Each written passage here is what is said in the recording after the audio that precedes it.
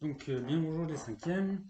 Donc, pour ce qui est de la tâche à accomplir aujourd'hui, voici une petite vidéo pour reprendre le contenu de la page 23 que nous avions légèrement abordé, mais pas complètement. Donc, je vais faire l'exemple qui est en bas de la page 23 et ensuite le reste des tâches est lié directement à ça.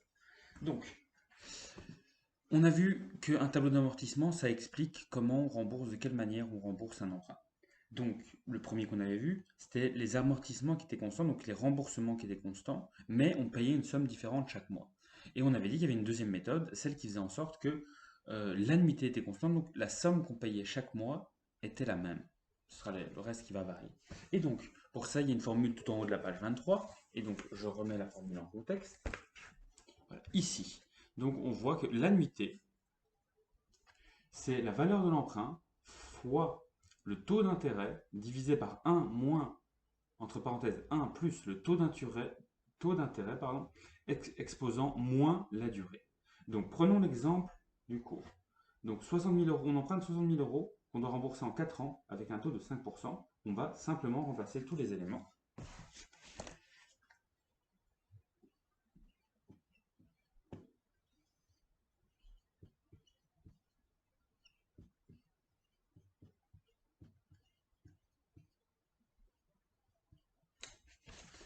Et donc lorsqu'on remplace tous les éléments, nous avons que 20 000 fois 0,05. Alors attention, n'oubliez pas 5% en nombre, il faut diviser par 100. Fois 0,05 divisé par 1 moins, entre parenthèses 1 plus 0,05 exposant moins 4, la durée, mais exposant négatif, eh bien, lorsqu'on réalise ce calcul, on obtient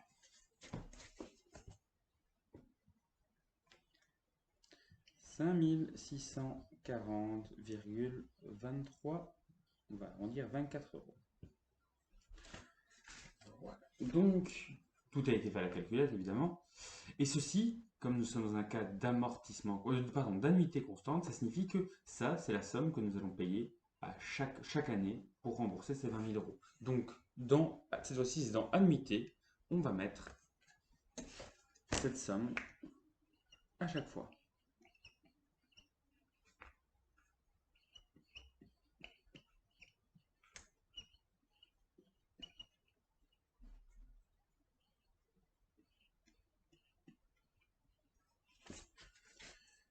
Voilà. Ensuite, on peut aussi compléter le capital qu'on a emprunté, le capital restant dû.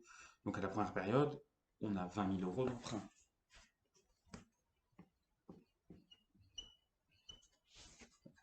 Une fois qu'on a ça, on n'a plus qu'à respecter les règles qui fonctionnent pour tous les cas des tableaux d'amortissement.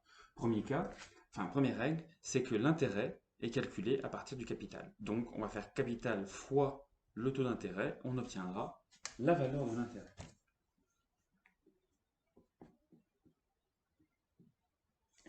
Ce qui va nous donner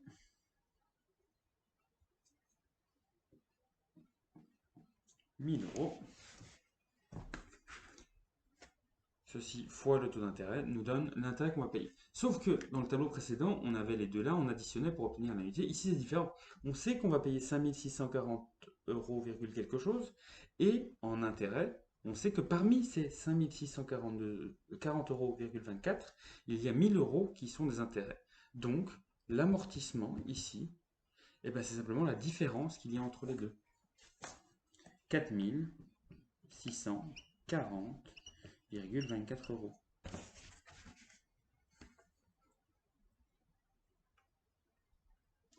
Et ensuite, on a remboursé 4640,26 euros, donc il va falloir les soustraire au capital qu'on doit encore rembourser, ce qui va nous donner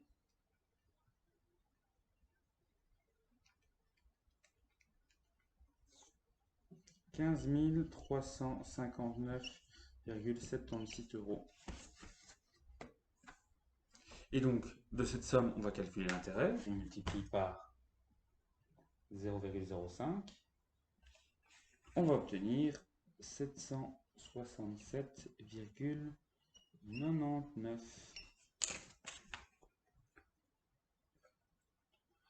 On obtient ça, on va faire la différence avec les 5600, on obtiendra une somme et on continue comme ça jusqu'à arriver à la fin. Voilà, tout simplement. Est-ce que j'ai d'autres conseils à vous donner? Je ne pense pas. Je crois que le reste est soit dans le cours. Je pense que le principal est dans le cours. Voilà. Bon courage à vous.